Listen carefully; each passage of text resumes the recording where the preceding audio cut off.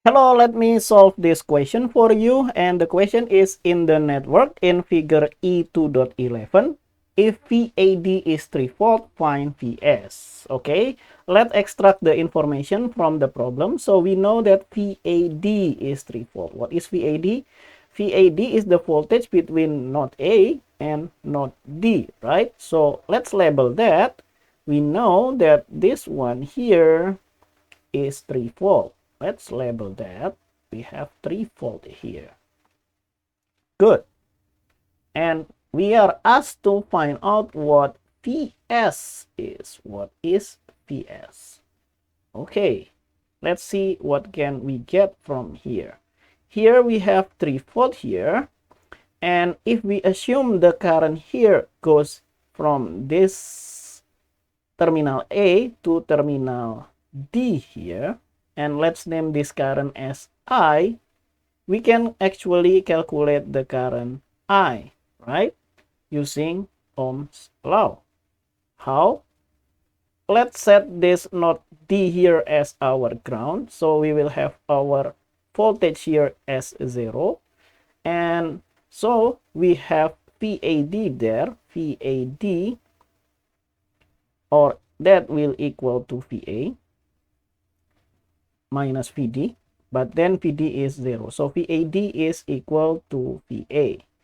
But then we can calculate I here using Ohm's law, right?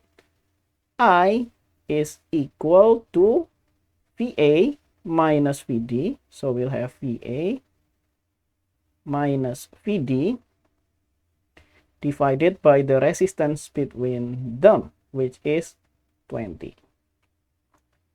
But then if this voltage here is 0, we know that VA is 3, right? Because the voltage here is the difference between node A and node D. So we know that this node here is 3 volt, right? So here we will have 3 minus 0 because VD is our ground, and then divided by 20. Okay, so we will have I is equal to 3 divided by 20, and that is 0.15, right? And then the unit will be in milliampere. Why in milliampere? Because this is in volt and this is in kilo ohm. So I will have our I is equal to 0.15 milliampere. Okay. But then that is not the one asked by the question. The question asking us about Vs. Vs is this voltage here.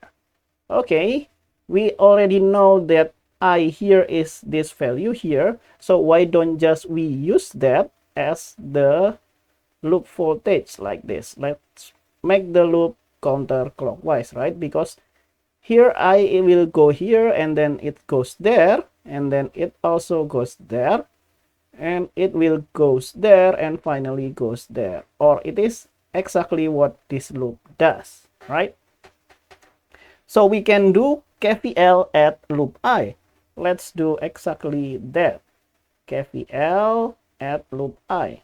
KVL at loop I.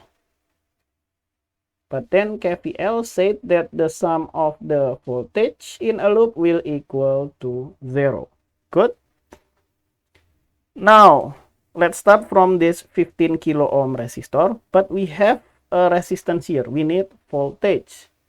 Remember, to get voltage from resistance, we need to multiply it by the current. However, the only current that pass through this resistor is I. So I will have 15I, which is good.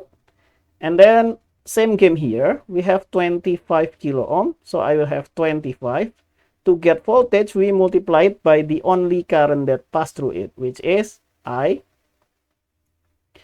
Here, we already have the voltage, but here the current is flowing from the negative terminal to positive terminal. It enters from negative terminal, so our sign will be negative, and then we have Vs here as the value. So I will have Vs here.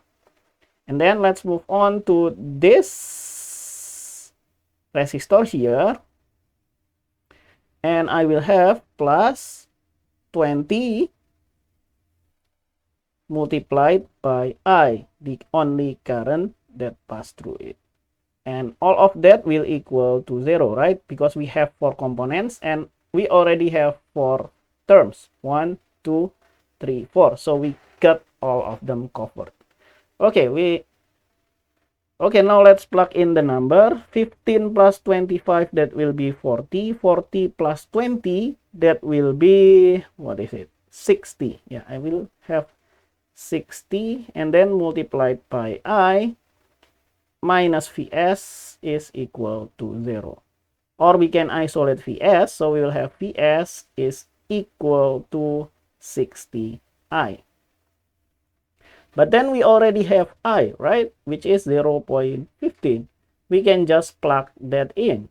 So we will have Vs is equal to 60 multiplied by 0.15. Good. And I don't want to be wrong, so let's just use calculator for that. Because I'm really not good at calculating numbers.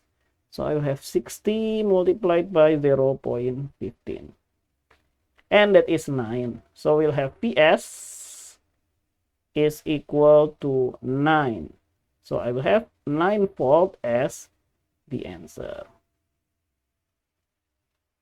Yeah, is it all? Yes, I think that is all because we are asked to find out Vs and we already found Vs, which is 9 volt here.